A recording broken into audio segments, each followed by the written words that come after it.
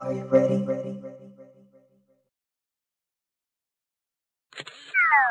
You have reached the point of no return.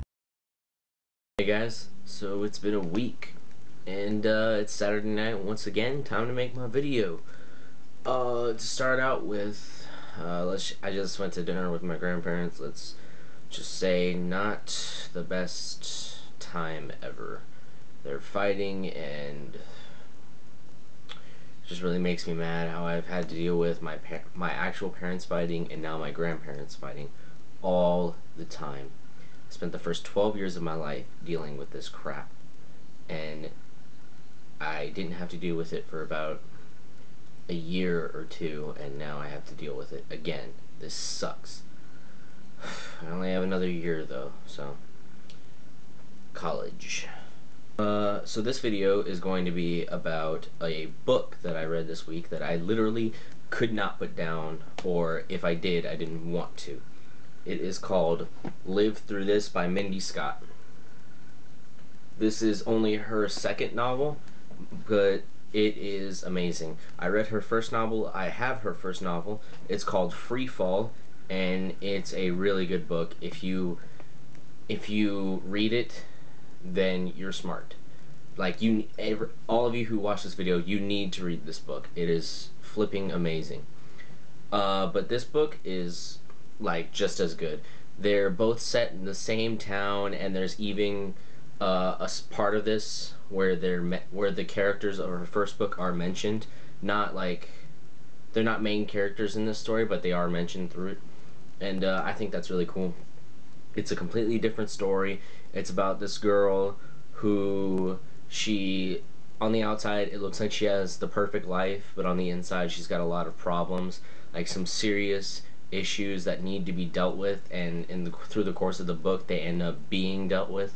One of them is sexual abuse from, I would tell you, but it's actually a main point of the book, and I'm not going to do that. But sexual abuse by someone very close to her. Um, she is 16 and she lives in Kenburn, Washington. And it's a really cool book, like amazing, freaking amazing. Um, that's really all I have to say about it. I wrote to the author, Mindi Scott, and she actually wrote me back. I wrote to her asking her about her creative process and all the things that go through her mind when she's writing a book. And like, I asked her if she had any advice for anyone who wanted to write a book, because I actually kind of do, and I was wondering like if she had any advice for me, considering that she's had 2 books published and is working on her third, and she's going to be a co-author of it. She's working with someone else. I can't remember who, but she is, and it's pretty cool. But I asked her all that stuff, and she wrote me back. Like, she wrote probably about a page and a half worth on an email, and it was really cool because she wrote down some really helpful things, and also it was kind of cool to see what was going through her mind when she was writing this book, and I just love it. Like, her basic outline of what she thought it was going to be at first, she sent it to me, and a lot of the details changed throughout the course of her actually writing it. But the basic beginning and ending, she said that from the beginning of writing the book, she knew what she wanted to do at the beginning and how she wanted it to end. It was just a matter of getting the person from the beginning in and transforming that person into the person at the end. Because at the end, she has like a completely different personality. Like, she's overcome pretty much everything, or at least she's working on it, and she's really grown. It's an amazing book. I highly recommend it. If you guys do read it, you need to take your time reading it, because there's some points in the book that you have to kind of focus in on, and you really have to have a good memory, because some of the stuff, well, you don't have to have a good memory. It's just like, if you read this book, pay attention. Like, don't read it half-assed or anything. Like, it's an amazing book.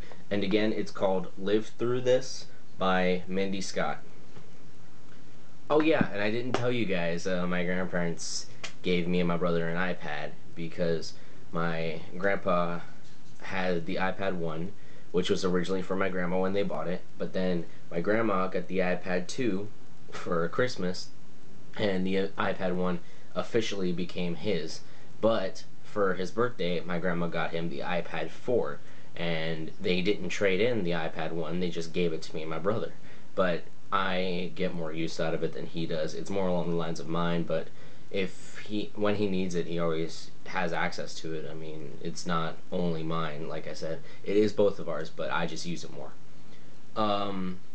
So that's about all I had to tell you guys this week. I hope you read the book, those of you who watch this video, and just know that she is an amazing author. It's only her second novel, and I already love it. I keep up with her about everything she does right so far.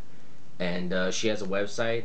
I don't remember the name of it. It is at the end of this. Give me 1 minute. It should be... 1 second. It's really simple. I really don't know why I don't remember it. MindiScott.com. Yeah, told you it was simple. But thank you guys for watching, and good night, good afternoon, good morning. It doesn't matter, because wherever you are, it's all good.